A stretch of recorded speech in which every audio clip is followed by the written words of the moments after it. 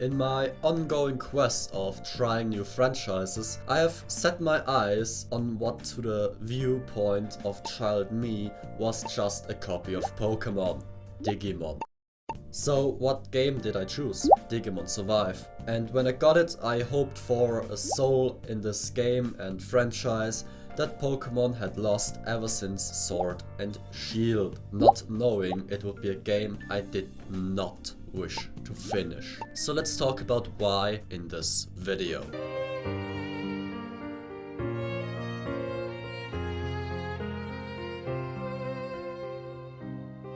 Announced in 2018, the game was originally developed on a much smaller budget compared to previous Digimon games. However, as development progressed, producer Kazumasa Habu realized that their original budget and smaller studio was inadequate to achieve his vision, resulting in the game to be redeveloped from scratch. Oh no! And switched to a different game engine. Oh no! This, along with the impact of the COVID-19 pandemic, resulted in the game being delayed from a previously announced 2019 release. The game was released in Japan on July 28, 2022 for PlayStation 4 and Nintendo Switch, then released on Windows and Xbox on the following day alongside a worldwide release. The game received mixed reviews from critics and fans who said it is slow and bearable at best. Yet I'll see about that myself. Kimishima, Ryo Tominaga, Shuji Kayama, Kaito Shinonome, and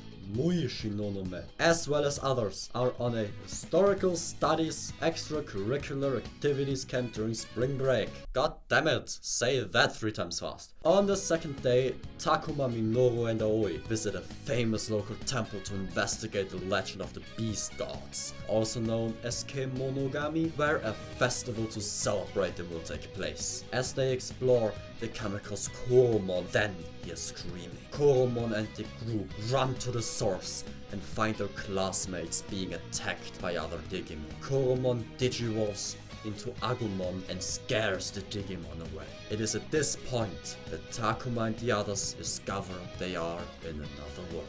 The idea and concept is amazing and I love it, even if it sounds like a standard isekai. The character designs are amazing and compliments to the artist for making the characters in Digimon look as amazing as they do. I am seriously a big fan and was excited about playing the game when I first saw them. But I have to say, the start of being an animated cutscene, but a, in my opinion, poorly done visual novel threw me off a bit. Especially since animated cutscenes in games like these are cool as hell, as 3 Houses shows extremely well.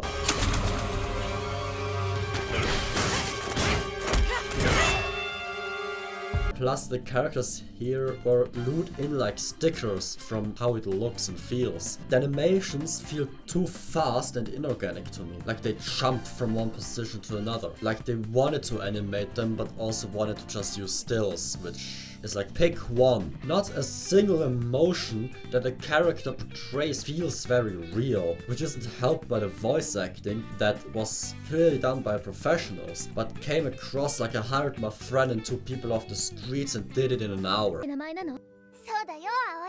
I have to compare it to Fire Emblem again here, which does it amazingly, even if you only hear some sound effects as the dialogue starts in older ones like Awakening, and fully voiced lines in 3 Houses. Understand isn't gonna cut it here at the monastery.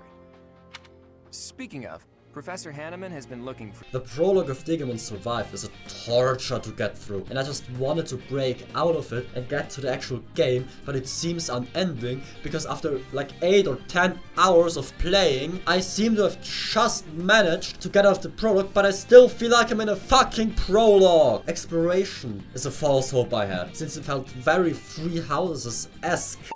But in 3 Houses you can explore a giant monastery and do different activities as you do, but here all there is talking to a few people and taking pictures. It is basically an insult to be called exploration. You have to open the map to go between areas, which, okay, is fine, but mix it with the others and it's a pain to operate. It just feels like it's purposefully dragging the game out. It just feels like a chore to play. I feel extremely handheld and not like I'm doing my own thing, and even during combat I had that feeling. And playing the start of a story that is written so slowly paced that it physically hurts to play is extremely bad.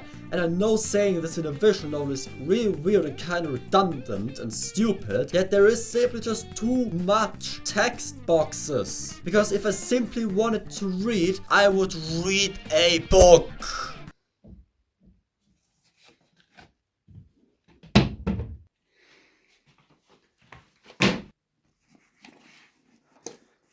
If you made it to the end of the video here, leave a like, can't have been that awful, right? Though check out my other videos and reviews too. For example, here I reviewed Neon White, a mini speedrunning game which is all about speed, and a game genre that I haven't tried before, just as I've never tried Digimon before. On the other, you can find my latest video. Also, subscribe if you decide to stick around. But that's sadly all the time I have for now. And with that, ciao neto, ciao kuro.